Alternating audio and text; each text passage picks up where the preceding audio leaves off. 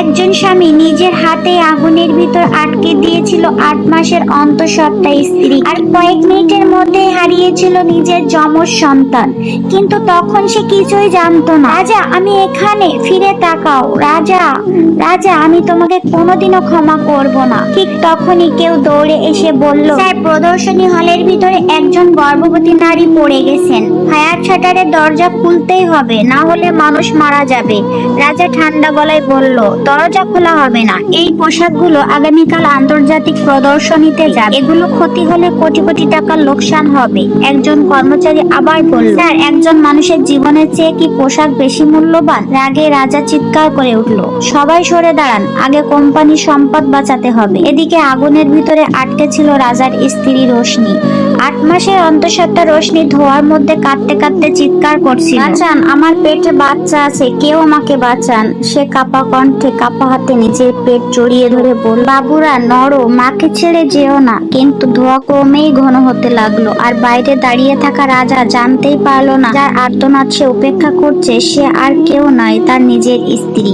হঠাৎ খবর এলো ভেতরের প্রদর্শনী হলে এক গর্ভবতী নারী আটকে পড়ে গেছেন। সবাই অনুরোধ করলো, ফায়ার শাটার খুলে দিন, না হলে মানুষ মারা যাবে। কিন্তু রাজা দৃঢ়কণ্ঠে বলল, দরজা খুলবে না, পোশাকগুলো নষ্ট হলে কোম্পানির সর্বনাশ হয়ে যাবে। কেউ একজন বলল, স্যার, ভিতরে আপনার স্ত্রীও থাকতে পারেন। কিন্তু রাজা তা বিশ্বাস করলো না, কারণ তার প্রেমিকা তাকে বলেছিল রোশনি নাকি বাড়িতেই বিশ্রাম নিচ্ছে। অন্যদিকে আগুনের মধ্যে আটকে পড়ে রোশনি মরিয়া হয়ে চিৎকার করছিল, রাজা, আমি এখানে, আমাকে বাঁচাও। কিন্তু বাইরে সেই আর্তনাদ কেউ শুনতে পেল না। ঘন ধোঁয়ায় রোশনি শ্বাস নিতে পারছিল না। সে নিজের পেট জড়িয়ে ধরে কাঁদতে কাঁদতে বলল, বাবুরা নড়ো, মাকে ছেড়ে যেও না। কিছুক্ষণ আগেও তার পেটের ভিতর যমজ সন্তান দুটো নড়াচড়া করছিল, কিন্তু ধীরে ধীরে সেই নড়াচড়া থেমে গেল। অবশেষে উদ্ধার কর্মীরা আগুন নিয়ন্ত্রণে এনে রোশনিকে উদ্ধার করলেন, কিন্তু ততক্ষণে অনেক দেরি হয়ে গেছে। হাসপাতালের চিকিৎসক রাজাকে জানালেন, দুঃখিত, আপনার যমজ সন্তান দুজনে মারা গেছে। শুধু তাই নয়, আগুনে রোশনির শরীরের বড় একটি অংশ পুড়ে গিয়েছিল।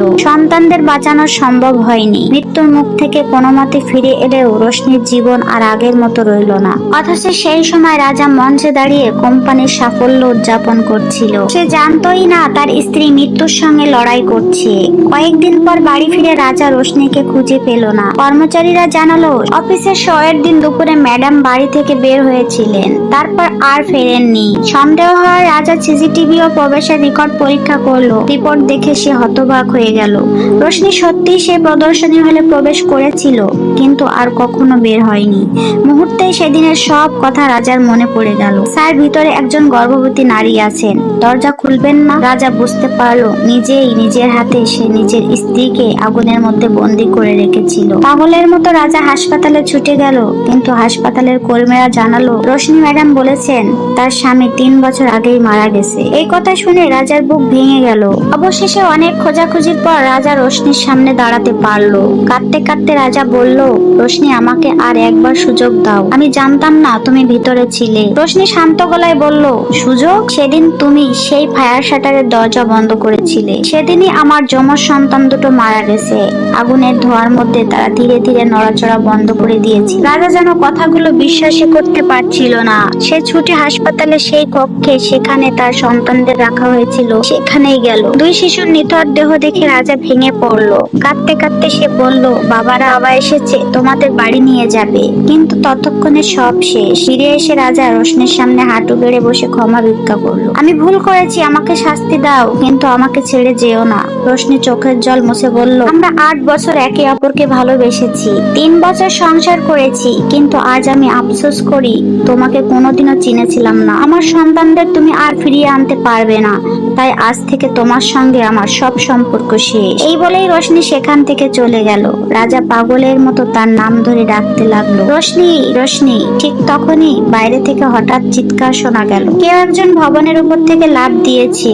রাজা আতঙ্কে দৌড়ে বাইরে ছুটে গেল। সামনে কি অপেক্ষা করছিল, ক্ষমা নাকি চিরদিনের অনুতাপ, সেটা তখনও অজানা রয়ে গেল।